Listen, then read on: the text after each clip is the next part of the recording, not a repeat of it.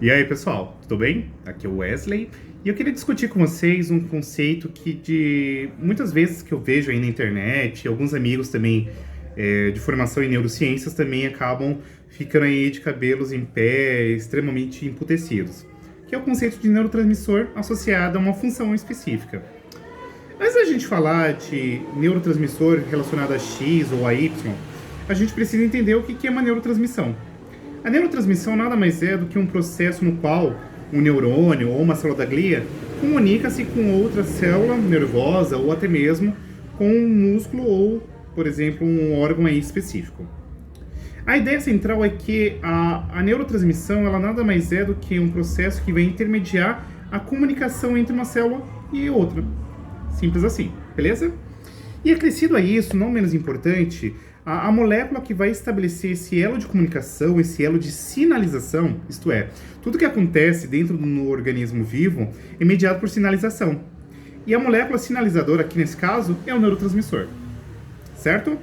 O neurotransmissor ele é liberado por um neurônio e ele é jogado, ele é exocitado, isto é, ele é colocado para fora do neurônio através de vesículas e isso vai cair numa região contígua, ou seja, é uma região muito próxima, mas não está unida, que a gente chama de fenda sináptica.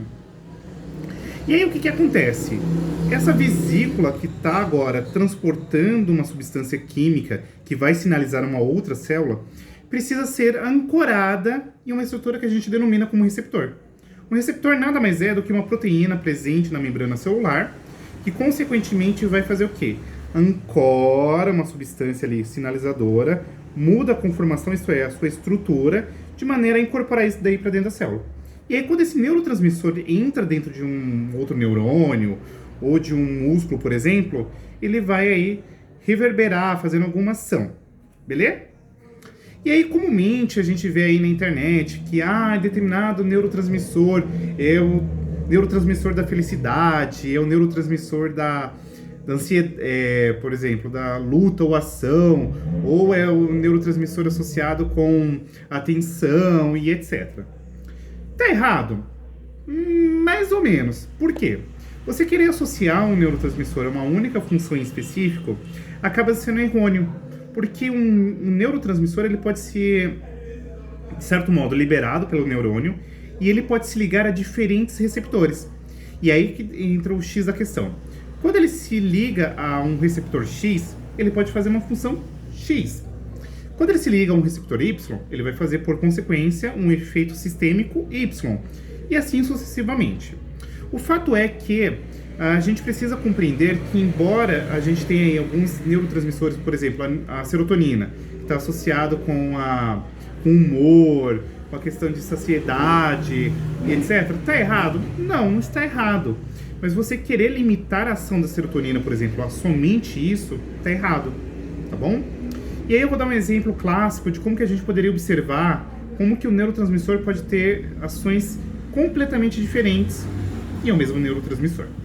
Vou pegar, por exemplo, para vocês a acetilcolina, que é um neurotransmissor, que quando, por exemplo, ele se ancora num receptor de, por exemplo, células cardíacas, os miócitos, ele acaba deflagrando o seguinte, ele diminui a contração cardíaca.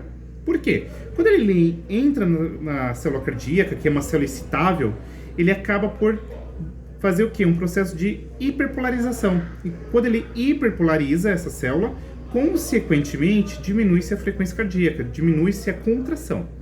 Mas em contrapartida, o mesmo neurotransmissor, que é a acetilcolina, quando ele se liga, por exemplo, a uma célula muscular esquelética, um miócito, por exemplo, ele faz ação completamente contrária. Ele se liga a um receptor de membrana, ele entra, aumenta, por exemplo, a concentração de cálcio intracelular, e isso acaba por fazer uma despolarização da membrana. E aí, consequentemente, isso acaba por fazer o quê? Aumento da contração muscular, e isso acaba sendo meio que antagônico, né? Porque embora no coração ele diminua a força de contração, no músculo ele faz uma ação completamente diferente. E aí o que eu quero falar para vocês, simplificadamente, é que a gente precisa meio que se desprender dessa ideia que o neurotransmissor ele faz uma função X. Porque imaginemos da seguinte maneira, se o neurotransmissor X vai deixar a pessoa mais alegre, mais motivada, etc. Você concorda comigo que muito provavelmente a indústria farmacêutica já teria fazido o quê? Uma produção em longa escala, e quando você fosse lá lindo e pleno dentro do supermercado, teria lá para você comprar e ficar super contente. Beleza? A ideia central aqui é que a gente precise desmistificar essa ideia que o neurotransmissor está associado a somente uma ação. A depender da onde que esse neurotransmissor se liga, ele pode ter diversos efeitos sistêmicos. Tá bom? Um beijão e até a próxima!